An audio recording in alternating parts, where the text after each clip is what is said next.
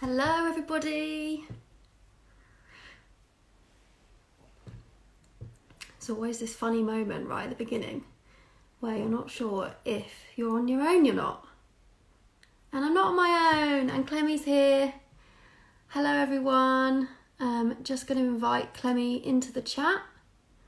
I hope you've all had a bit of a funny day, hasn't it, with the news today? Although, like, every day is a funny day these days. So I hope you're all doing good. Hey, Leanne. Love a little wave. I feel like I should actually say before I start, hello. You're not alone, I'm here. I'm not alone. There's just this really funny moment when you just go live and you're just kind of like staring into the abyss and you're not sure if anyone's there or not. I know, and then you're like, and is it connecting? Yeah. We did it. I feel like I'm getting better on the ad-libbing. Before I was saying some really, on the first one I told everyone that I just put perfume on, and afterwards I was like, oh my god, everyone must just think that I'm really like, that I smell. Why did I tell everyone that? It's a great dance move, so oh, thanks. Yeah. Do you know what, I can't underestimate a dance just to kind of like shake off, regroup. That's what I felt like I needed. Well, thank you so much for joining me and giving up your precious time. So for anyone who doesn't, pardon? Thanks for having me. Oh, you're welcome.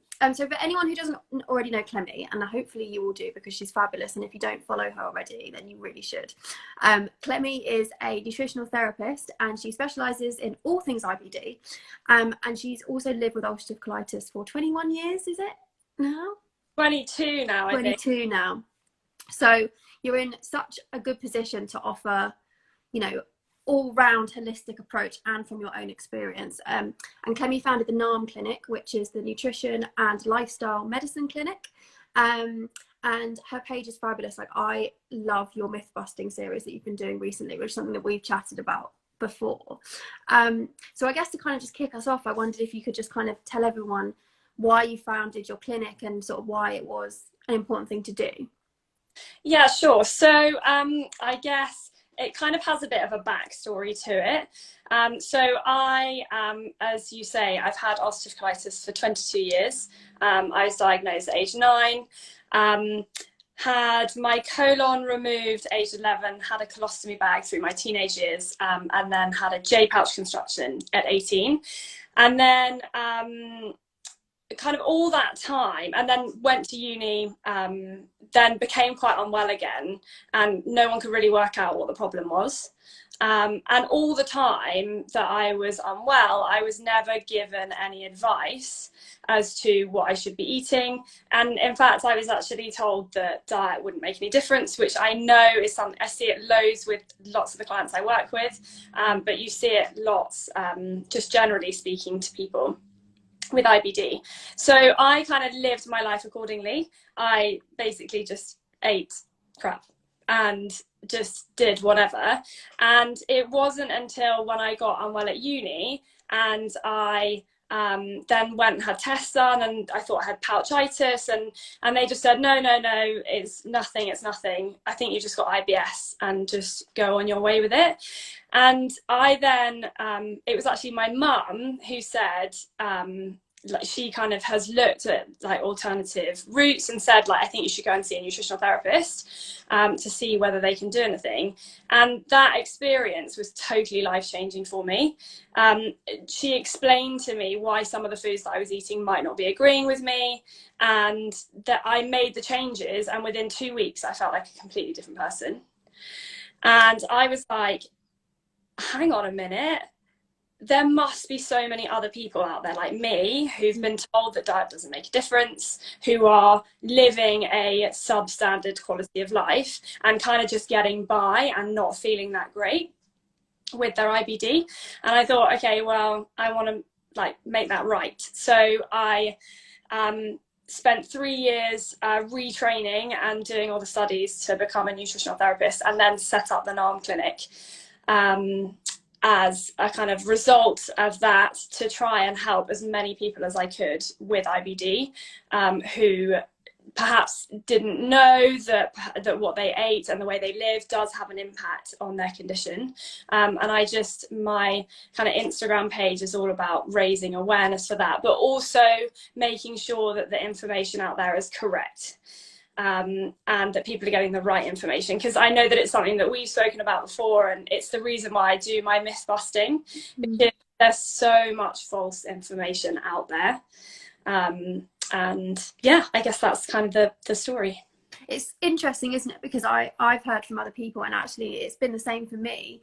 And I've had Crohn's since I was tiny as well. So we've kind of got a similar timeline. And when I started, my Crohn's was actually quite in control, and I was still getting symptoms. And I was, again, just told, well, it can't be your diet. It's nothing to do with your lifestyle. Maybe we'll just, I don't know, chuck some more steroids at it. And I do need steroids and medication, but I also did need to change my diet. And I kind of I did have the support of a dietitian, but I largely kind of had to figure it out on my own. And I think you make a really good point there, which is that medication is a really important part of this. And it's something I know we've just discussed before, and I've discussed on my page, and I discuss with clients as well all the time, is that that diet's not going to cure you. It's not going to fix you. It can like best case scenario, really help to improve your symptoms. It can perhaps reduce the amount of flare-ups you have. It can have a really positive impact. But it's not a substitute for medication. Yeah. It's something that they're not kind of mutually exclusive. You need to do the two together to get the best outcome.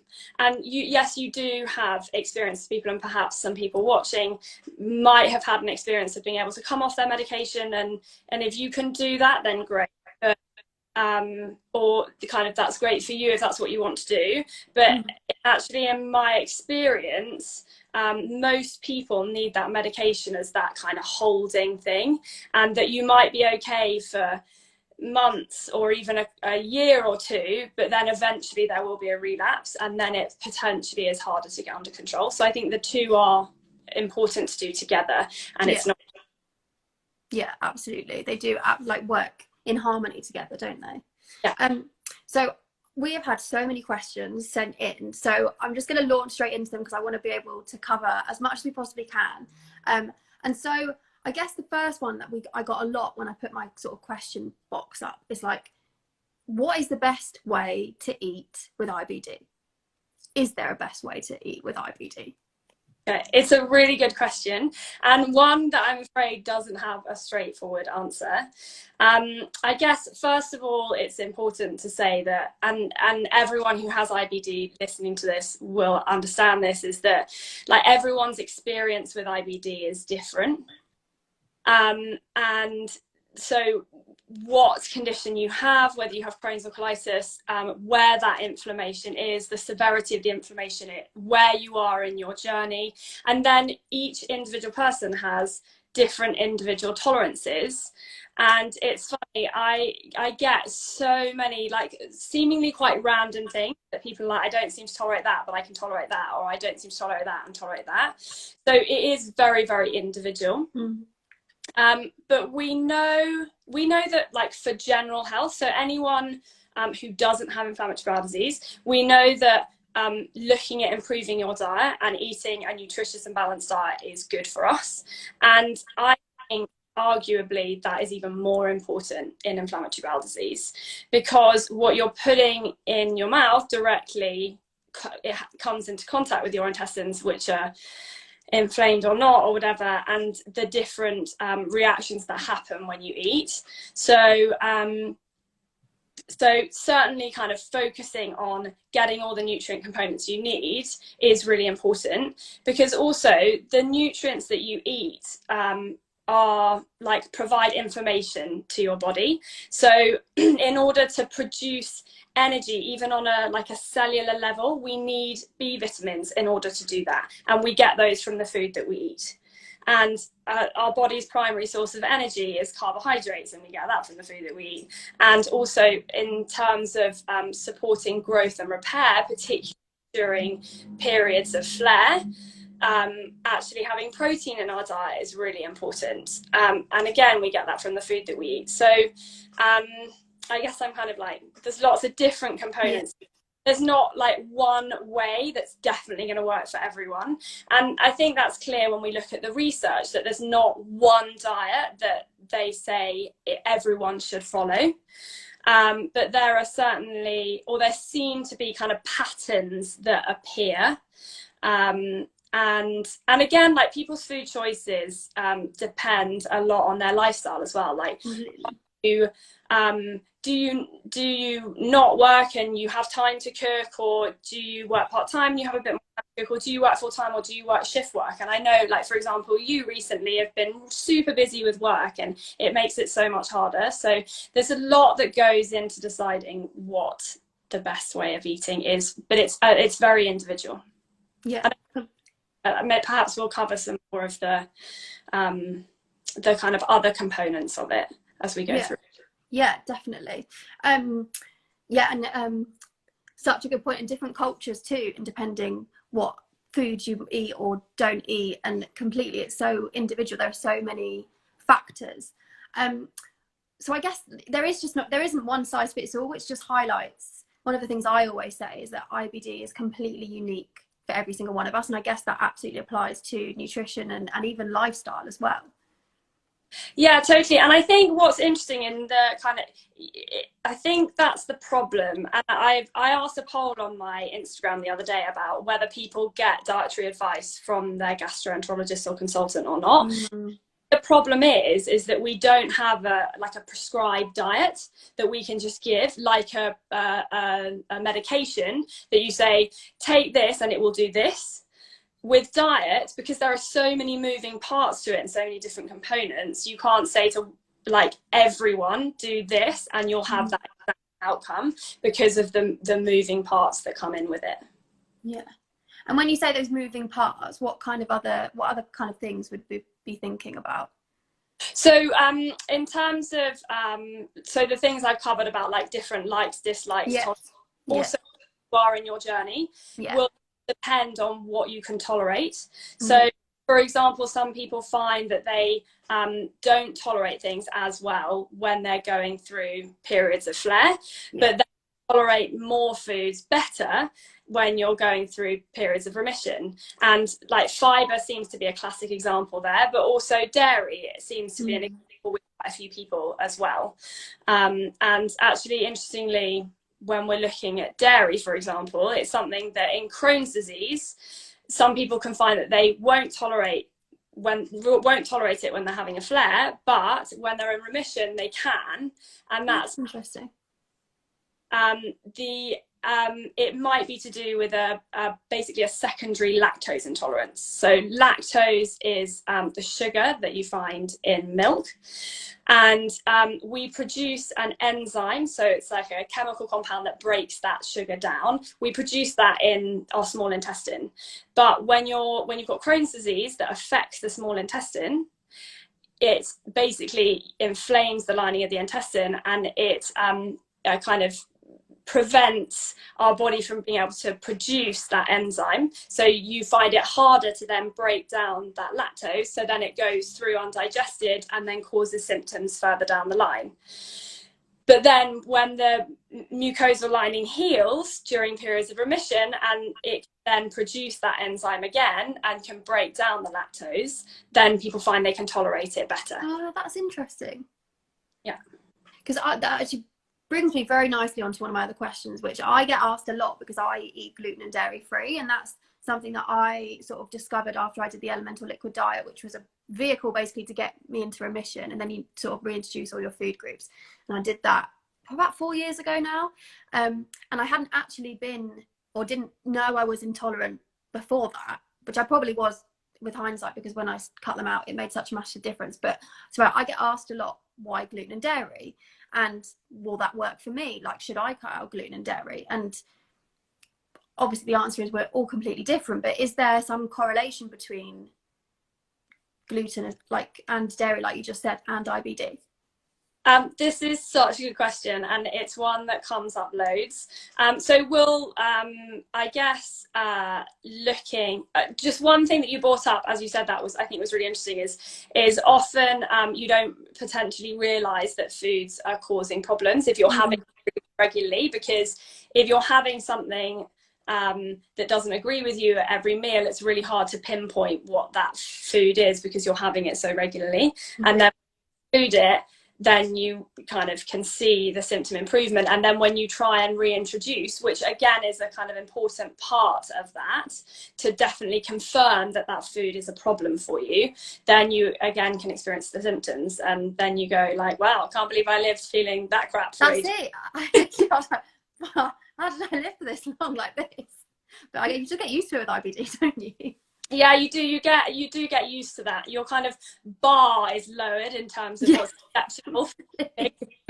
Yeah, 100%. But I guess, so from the dairy perspective, I've already mentioned about the secondary lactose intolerance, common or more common in Crohn's disease. And actually, like, I can't remember off the top of my head the stats, but depending on where the Crohn's disease is, the percentages can be quite high for that secondary lactose intolerance. And then the other problems that you can get with dairy, so basically there are three. So you have a dairy allergy, and that is pretty much a kind of immediate reaction. So if anyone has a dairy allergy, then you're definitely going to know about it. You'll get that swelling, hives, that kind of thing, and that can potentially be quite dangerous.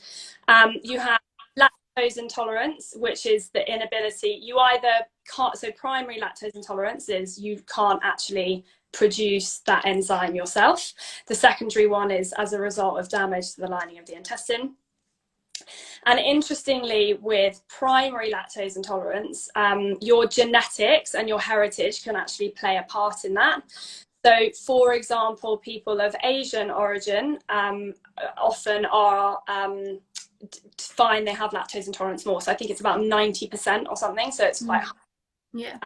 And that changes kind of the different population groups that you look at.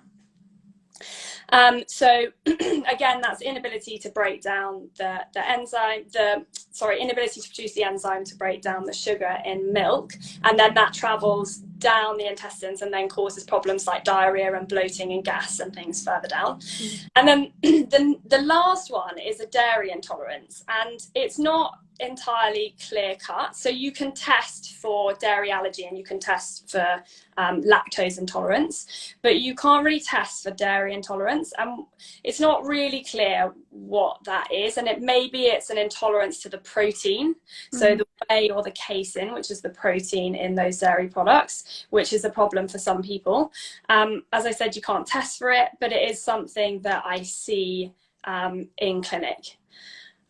So that's so from a dairy perspective, in terms of whether or not it's appropriate for someone to exclude it or not, is very, very individual. And it's something that I guess I want to say kind of now is that, like, anything that we're discussing here is not me advising anyone to remove various food groups and things, but just kind of chatting about what research is out there. But if you think you might be lactose intolerant, then you can perhaps request to have a test for that.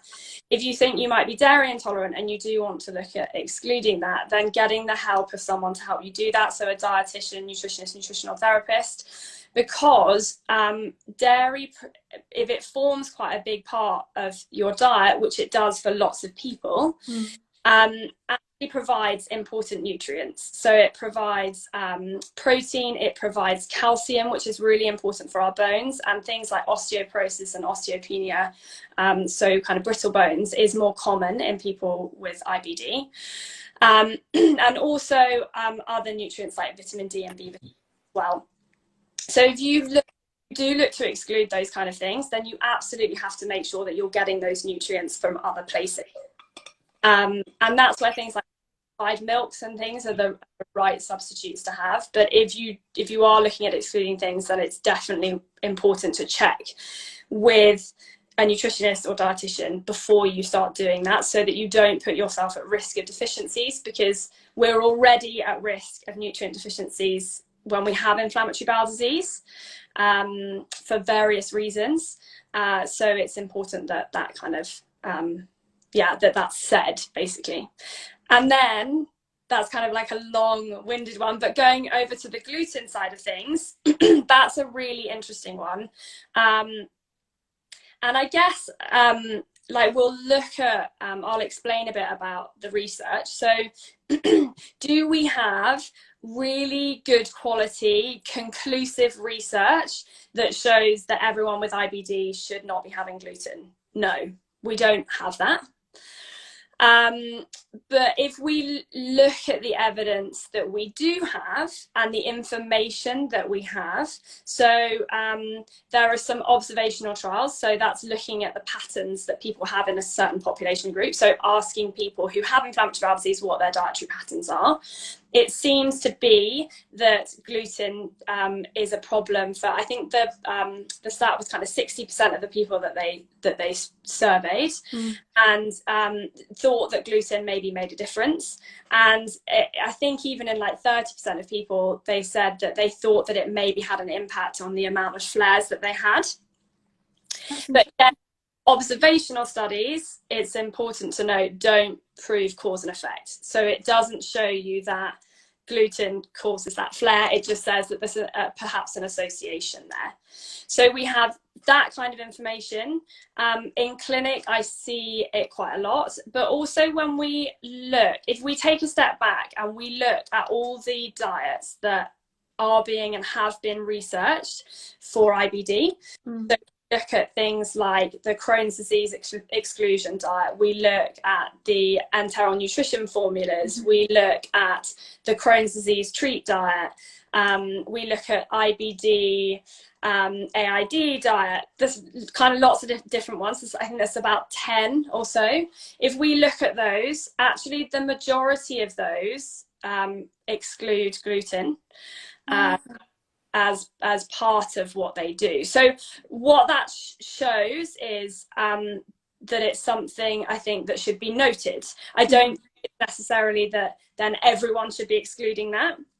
That's not what I'm saying. I'm saying that I think it's something that's really interesting that the research diet seems to exclude it, and I see it a lot in clinic as potentially being a problem for people.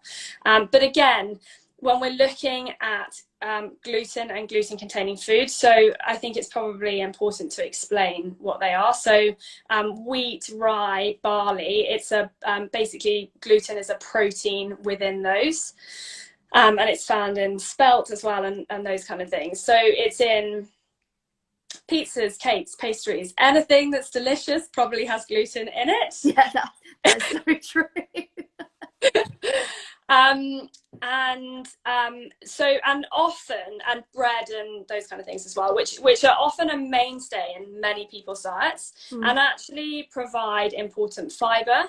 And also white bread in this country is fortified as well. So it's fortified with iron and calcium, and there's also some B vitamins in bread as well. So again, if we're looking at whether we need to exclude those things, we need to be looking at what are we going to put in their place so that we don't put that person at risk of nutrient deficiencies, which again, as I've said, is a problem for people with inflammatory bowel disease. And fiber is a kind of whole nother topic. So that's actually a really good point you made just before that, is that I probably should have said this at the beginning, like anything we chat about isn't advice about what you should or shouldn't do for your IBD. This is literally just us like chatting through the research, and if you've got like questions, then you should go to see a nutritional therapist or a dietitian or a nutritionist. Come see me. Yeah, go see Clemmy. Book an appointment. She does free consultations. One of the things, so this is kind of not really a nutrition question, but I thought it was quite a good one considering we've both got IBD, is sort of how do you get sort of back on your feet after being diagnosed with IBD? So it's being diagnosed is it's different for everyone, but it can come as a massive shock, and sort of processing what you should or shouldn't eat can just be a complete minefield. So what would sort of be your advice to someone who's just been diagnosed? So I think kind of when I look back on my experience of diagnosis, I was quite young at the time, and it was kind of a bit of a blur. I think speaking to people who get diagnosed when they're a bit older, it of course it comes as a massive shock, and also what I do see in lots of people is that you basically have this 10, 15, maybe 20-minute, if you're lucky, conversation where you've had all these symptoms, then you've had all these really invasive tests and like sometimes like really not very nice things done, cameras shoved everywhere really everywhere. You feel a bit kind of traumatized and violated anyway, and then you have this consultation with your consultant, and you're given this like life-changing news and then sent on out into the big wide world, and then there's very little support around that. So it's absolutely can be really life-changing, and the reason I kind of what I'm coming on to is that that being kind to yourself and giving yourself time is a really important thing, I think. Giving yourself time to kind of process that, and talking to loved ones about it and learning about it, I think is really important. I think in terms of dietary things, like right at the beginning of diagnosis, as you say, it can be really overwhelming just getting to grips with what the hell you've been diagnosed with. So then what all the medications mean, and all the different types. And so then looking at diet on top of that can seem like a mountain to climb. And if you want to look at it straight away, then I think that that's fine, and do that. But if you want to wait, that's okay as well. And some people tend to wait until things have settled down a bit. So until they're on the right medication or they've got their flare under control a bit more before they then go and explore and look at diet. And often if you're kind of experimenting with trying different things, it can be quite challenging to do that whilst you're in the midst of a flare, because you don't know what the reaction, whether you're having it because of the inflammation or whether you're having it because it's the food that you're having or whatever. So it can be quite overwhelming. So I guess, yeah, don't put pressure on yourself to like get it sorted and get it. Like it's a journey. And I know you and I have been going at this journey for 20 something years, and work in progress the whole time.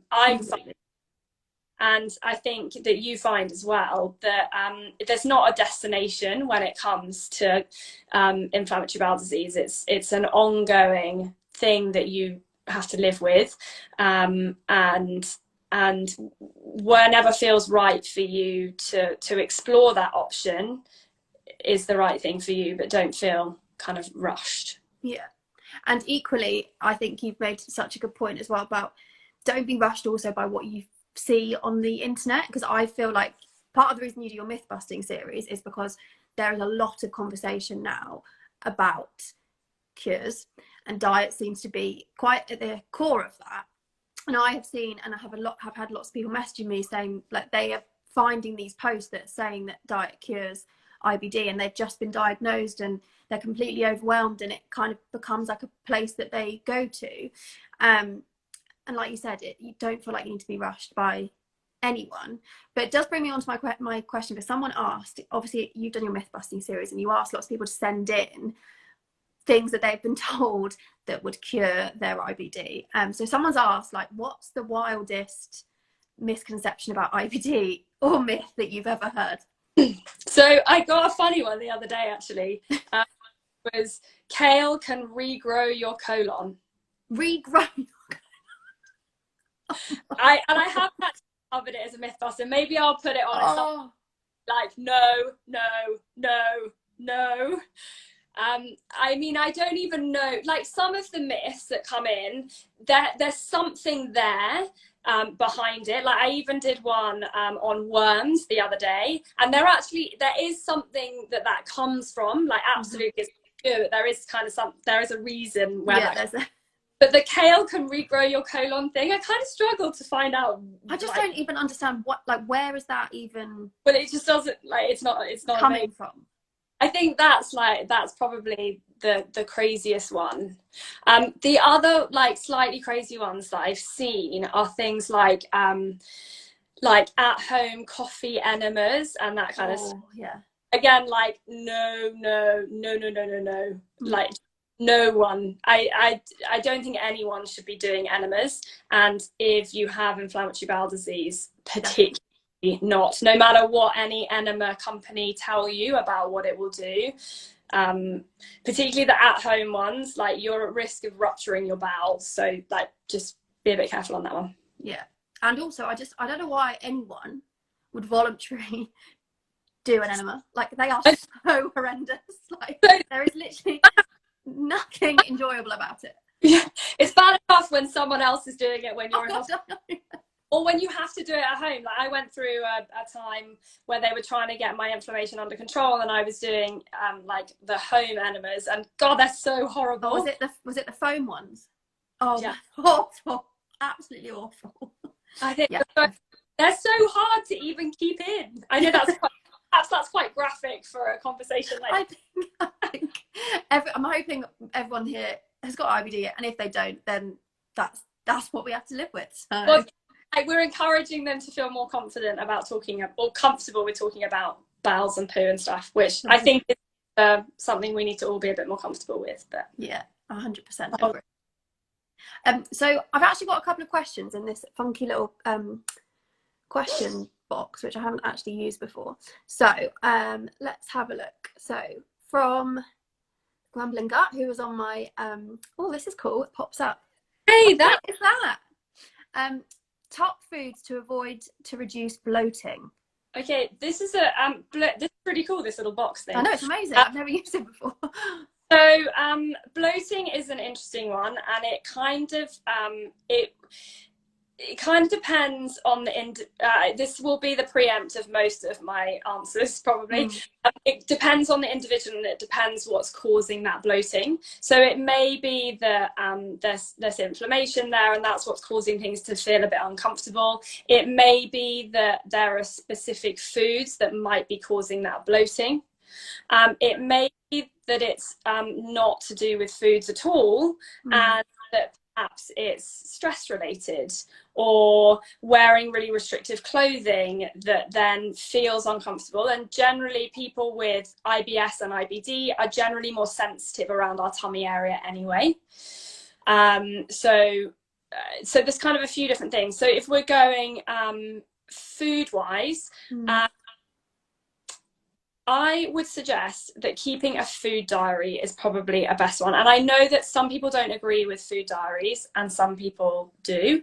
I do find them, I don't think that they should be done all the time, but I do think if you are struggling with bloating, then it's useful to keep a note of what you're having, and then keep a note of your symptoms alongside that. So, and do that for 2, 3, 4 days maybe, and see, is there any correlation with what you're having and the bloating. So a little bit of bloating is kind of normal. So if we have, for example, particularly high fiber meals, then a little bit of bloating after that is normal, and that's fine. But it's if you're having really continuous bloating and time, then that's when that might be a problem.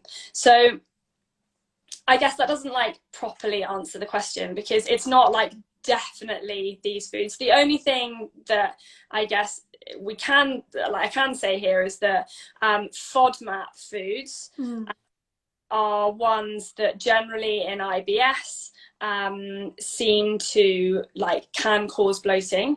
But if you're looking into following a low FODMAP diet, that's absolutely something that you have to do with a dietitian or nutritionist, and shouldn't be something you do at home. And it should never be a long-term thing either. Because basically FODMAPs are certain types of fibers in certain types of foods. So there are specific types of carbohydrates, and they can cause bloating in some people. And what the research has found is that reducing those specific types of carbohydrates for a short period of time, so for a window of 4 to 8 weeks, and then looking at reintroducing them, can help to reduce that bloating. But it's quite a kind of complex diet and very restrictive diet to follow, and is certainly not something that should be done solo.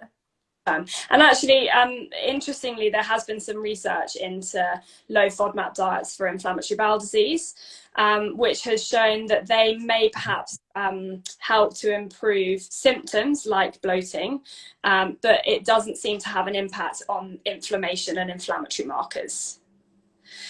And just again, to kind of, I want to kind of put home the point about it's a short-term diet and should only be done with a professional, because when you restrict carbohydrates, you restrict certain fibers, and fiber is important for the health of our intestinal tract.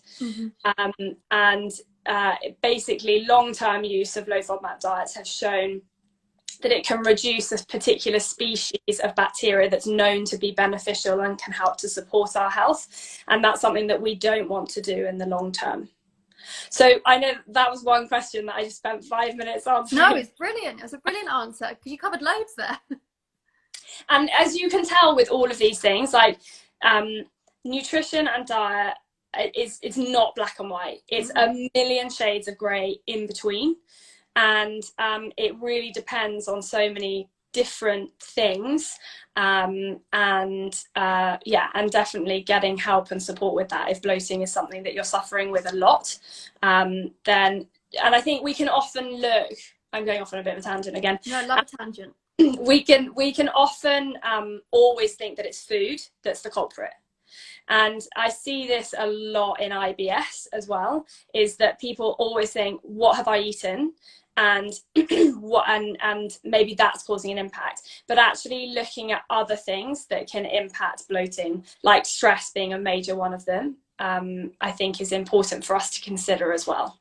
I feel like you literally just saw inside my brain, because I was about to ask you a question that came in, and also something that I've been thinking about is, what do we do when it's hard to kind of manage our triggers? So even if we've identified a trigger, whether that's a food group or, like you said, stress, or a bad night's sleep deprivation, we know that these things are gonna make us worse or make us feel worse. So, but we have to eat that meal, or we have to, we can't help that we're sleep deprived or whatever it is, or we can't manage our stress. None of us at this present moment, I'm not sure any of us are managing our stress, or if we think we are, but maybe we aren't. So what are your tips around that?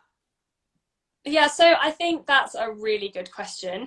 And things like stress are really hard to manage, but it's a trigger for so many people, and there is some research about it, and I see it pretty much with every single client I work with in clinic. To some degree, stress is a trigger. And actually more recently, pretty much everyone I've been working with said that their last flare was triggered by some kind of stressful event. Yeah. And it is really hard to manage, like you can't control every stress, like you can't remove every stress. Yeah. And that's not what I would expect anyone to do, but it's looking at managing that. So removing the stresses that you can remove, and then putting in place practices to help you deal better with stress when it does arise. And then also alongside that, so for example, if you've got a really stressful event coming up, then putting some practices in place to build your resilience, so build your ability to deal with that stress. So things like going for walks outside in green spaces helps to reduce our cortisol levels. So I think it's 20 minutes outside in a green space has been shown to help reduce stress and cortisol levels. So like little bits of movement. But also things like mindfulness and meditation have been shown to help reduce stress and to help to build resilience. So I think putting those things in place to help us better deal with stressful situations. And then like when we're in the situation, when we feel ourselves getting really, really stressed and worried about it, trying to like focus on our breathing and taking deep breaths and kind of relaxing may help with us dealing with that situation as we're in it. But also around that, like if you've got, for example, I'm working with a client at the moment who's got exams coming up. And actually and this kind of shows the different things that I end up discussing in appointments. So I have a very kind of holistic view when I'm working with clients. So I very much work on the food side of stuff, but we also look at the stress side of things and sleep, because that is absolutely part of the picture. It's kind of, I like to look at it as different pieces of the puzzle, and you need to work on them all and pull them all together in order to build that complete picture. But obviously if someone needs kind of extra sleep support or extra exercise support, then I just refer them on to someone else. But when we're looking, so kind of coming back to what I was saying about the client, like we actually spent quite a lot of our last appointment working out a revision plan for his exams. Like that was kind of, we did some food stuff as well, but we were working that out, because actually like planning things a bit, again, can help to kind of offset that stress, and you kind of know what's coming. But also sometimes like that it's just unavoidable. So what you need to do is look at what other things that you can do around that to support yourself. So for example, if you've got a really stressful period of time coming up, then kind of focusing a bit more on downtime and sleep. And I know that sleep's something that lots of us with IBD struggle with, but looking at even making sure that you've got that just relaxation time, even if it's just lying flat or relaxing and not doing very much. So looking more at kind of counteracting. So not always just removing, but counteracting. So how much stress and how many kind of bad things or trigger things are happening, and are you doing enough as a buffer to try and prevent those from having a massive impact. So if you're like super stressed, don't then go out till really late at night, if you can help it, at like drinking loads and like eating loads of crap and whatever, because that's all going to come together to create the perfect storm to like put you at much higher risk of having a flare. So it's about looking at the different parts and what can you work on more at that time to counteract that other stuff that's going on. So it's like this, so self-care is like a trendy word at the moment. But when I say self-care, people think like expensive, and people think like candles or massage or whatever. But actually self-care can be as simple as drinking water, eating food, like getting some sleep, doing something that you enjoy. It doesn't have to be expensive or trendy. It's just something for you that's nourishing. And again, it's like getting the balance, like the scales. You don't want the scales tipping too much in the kind of not so beneficial direction. So I often describe it as kind of looking at your health like a bank account. So the money you spend is things like stress and like poor quality food and not enough sleep and those kind of things. So that kind of drains your health account, your bank account. And then the things that top up the account are things like eating nutritious food, getting some sleep, getting some movement, doing things that you love, spending time with family and friends, things that kind of feed the soul as well. They all top up your health account. And what you want to do is look at it like your bank account. You don't really want to spend so much that you're getting into the red. You want to make sure that you're like doing enough to counteract that spending that you're doing. So I hope that kind of makes sense. That's such an amazing analogy. And also I really feel like you're talking to me personally, even though obviously this live is for everyone else, because I'm literally thinking like, oh, I don't know, I think I'm teetering on the red, just like just work stress and things. And like you said, sometimes you just can't avoid it. So I'm going to think of that. And then tomorrow I was like, should I have a bit more sleep or should I go for a walk? And I'm going to go for a walk and get my green space. So one of the questions come in from Claire, and actually this came in when I put my box in before, and it's what can you do if you can literally never gain weight? So this is something that came up a lot in the box, and you said this is quite a common thing that you see in clinic as well. Yeah, the weight stuff it's a really difficult one, and particularly so often we suffer with diarrhea when we have IBD, or this absorption issues particularly so with Crohn's, in terms of nutrient absorption, because we absorb our nutrients in our small intestine, you're much more likely to have nutrient deficiencies if you have Crohn's disease, or a wider range of them. Whereas in ulcerative colitis, the kind of main common ones are things like iron, because of the blood loss. But if things are moving through more quickly, then you can have problems. But generally people find that they struggle to keep on weight.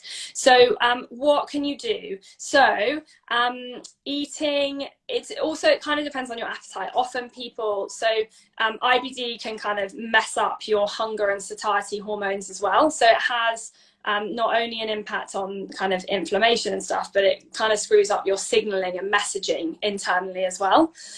So often people can find that they're losing loads of weight, but they're really not very hungry. So looking at kind of smaller meals more often might be helpful. So sometimes people can't stomach really big meals. So rather than having 3 meals a day, perhaps breaking that up and having 6 meals a day, but just smaller portions can be helpful.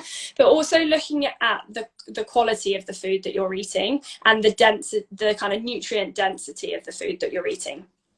And making sure that you've got some good quality carbohydrates with that. So that's like potatoes, pasta, rice, those kind of things. And then some protein as well, which is really important for growth and repair, but also really important in terms of maintaining weight. So protein comes from meat, fish, eggs, dairy, beans, if you can tolerate dairy, beans, pulses, lentils, nuts, seeds, if you're more plant-based. So looking at making sure that each meal that you're having, you're looking at making sure that you have a bit of that with each of them. And things like healthy fats are very kind of calorie dense. So things like olive oil, so cooking with that. Nuts and seeds, if you can tolerate them. If you can't tolerate whole nuts, you might be able to tolerate nut butters a bit better. It seems like the textures and stuff of food can make a difference for some people. Other ways to help gain weight, things like smoothies can be a really good way to do it, but not like proper substantial smoothies. So I wrote a blog about this on my website, and I've put a guide on there like to how to build a nutritious and really nutritiously dense smoothie. So making sure that you've got some of that protein in there, that you've got some of the healthy fats, that you've got the carbohydrates, and then some fruits and vegetables in there. And it makes it quite thick, but it's then a proper meal in itself, rather than often with smoothies you'll have like very, very kind of sugary just fruit smoothies, but it doesn't give you the other nutrients that you need in order to help with the weight gain. But also when you're dealing with things like fatigue as well, you need to look at balancing and managing those energy levels, and including that protein and healthy fats into those smoothies really helps with that. So yeah, eating little and often. Things like smoothies, where you can get in a lot in quite a small amount in a very palatable way, can be really helpful if you're struggling to get whole foods in. That's my two, like. Yeah, top tips. So caffeine. Someone has said caffeine. Does it affect me, or is it in my head? You love caffeine too as well, don't you? I love caffeine so much. It's probably too much. So I get asked this one loads, and so generally the guidelines kind of verge on the like don't include caffeine with IBD, because it seems to, in most people, can cause diarrhea. It also can actually kind of spike our stress levels. So when we have caffeine, it increases our cortisol levels, and that can be a problem with some people. Some people also with IBD suffer with anxiety, and drinking lots of caffeine can actually make it worse. And some people, I think it's something like, I'm trying to think of the stat, I think it's like 70, they asked people about their caffeine intakes, and 70% of the people said that they thought that drinking caffeine and coffee did have an impact on their symptoms negatively in some kind of way. But what I've experienced in clinic is that it's quite individual, and some people can tolerate it okay and it doesn't affect them, but some people it really doesn't work for. So I would say, again, really depends on the individual person. If you suffer with lots of diarrhea anyway, then it might be worth having a look at whether the caffeine's making that worse. Also, if you have anxiety, then having lots of caffeine on top of that and increasing those cortisol levels might just make that way worse. And so I think, again, that's something to have a look at. But when we're looking at caffeine as well, and I think this is perhaps something that came up last week in your chat, which was looking at how caffeine can actually perhaps impact our sleep. Yeah. And because that's something that so many of us with IBD struggle with, it's important to look at when you're consuming that caffeine so that it doesn't impact your sleep at night. So looking at not having any after about midday, 2 o'clock-ish, because caffeine stays in our system for way longer than we think it does. It stays in our system for over 12 hours. So if you're having a cup of coffee at midday, then at midnight, you've still got quite a bit of that caffeine circulating around your brain, not allowing you to go to sleep when you. So it's kind of looking at that balance and the kind of impact. So I guess, again, here, there's no answer. Yes, you should. No one size fits all. Yeah. It really depends. So I think for whoever asks for it, look at whether it's something that you're reliant on, what symptoms that you're experiencing, and whether that might be having an impact on it. But I know for some people, like for those struggling with fatigue, actually coffee is something that like they really need just to even get them going in the morning. So so it's kind of having a look at the different options. But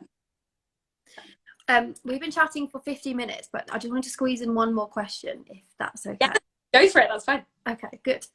So one thing that came up that I have experienced as well, and it came up in the box, was about trying to eat an iron-rich diet. And obviously, iron deficiency and anemia is something that comes up a lot in IBD, and I've experienced this and had iron infusions before when things have got really tricky. How can we eat an iron-rich diet if we're suffering from anemia or similar? Yeah, so really good question, and again, something that comes up so much in clinic. So iron-rich foods, so things like red meat. So when we look at food, we've got 2 types of iron. So we've got something called heme iron, which comes from animal sources, and we've got non-heme iron, which comes from plant sources. So our animal sources of iron are much more bioavailable. So they're much more able for our body to absorb them, basically, much more available for our body to absorb them compared to our non-heme iron sources.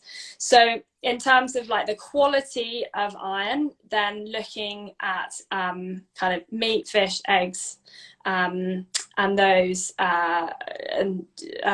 fish and things like that. So they're kind of good quality sources to include, but I know some people find that things like red meat, they don't digest that well. So we can look at more plant-based sources, which are things like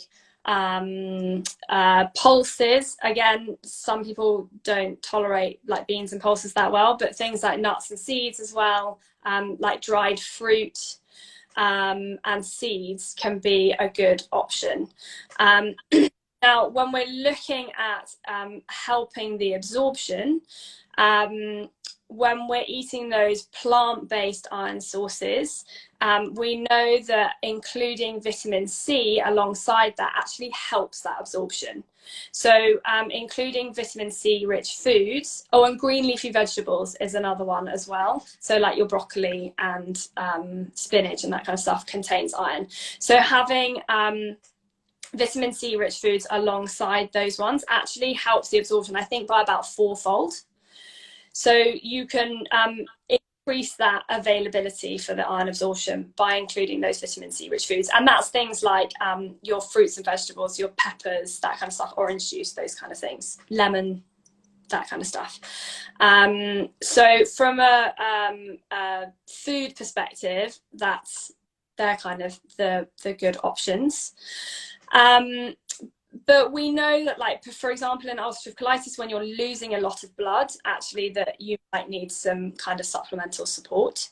But it's a really tough one dealing with managing iron deficiency in IBD, because iron supplements are so badly tolerated by so many people.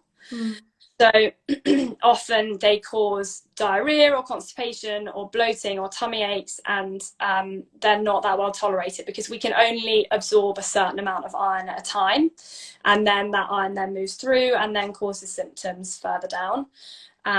So I think when we're looking at the deficiency perspective, we can help prevent deficiency by having iron-rich foods in our diet. But when you have a deficiency, then supplements or infusions are really the only way to correct that. You're not going to be able to get enough, particularly if you're bleeding quite a lot. You're not going to be able to get enough from food to counteract that, so that you normally need the kind of external support. But once that deficiency has been corrected, either through supplementation or intravenously, then looking at including those iron-rich foods from both those sources can be a really good way going forward to try and help prevent that deficiency. But again, what we're dealing with here is absorption issues with Crohn's, and that's where in the small intestine, and that's where iron's absorbed, and then losing blood loss as well from kind of both of them. So it's just about managing that, and often iron deficiency is obviously much more common. I say obviously, it's much more common in periods of flare rather than in periods of remission, because of the inflammation and the damage to the intestinal lining that then impacts the absorption. Absolutely. I literally could chat to you all evening and ask you so many more questions, which just makes me think we probably should just organise another one so that we can cover everything that we haven't, because there is just so much, isn't there?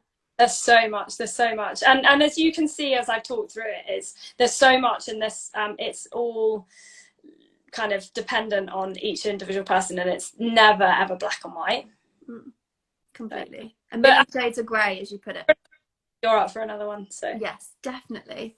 Thank you so much, everyone, for taking the time to watch, and Clemmy, thank you also for accepting my invitation to come on. I will save this on my IGTV so anyone can watch it back, and Clemmy, you can share it with your lovely followers as well. And if you don't already follow Clemmy, then you absolutely should, because she is a wealth and fountain of knowledge, as we've just seen. So thank you so much.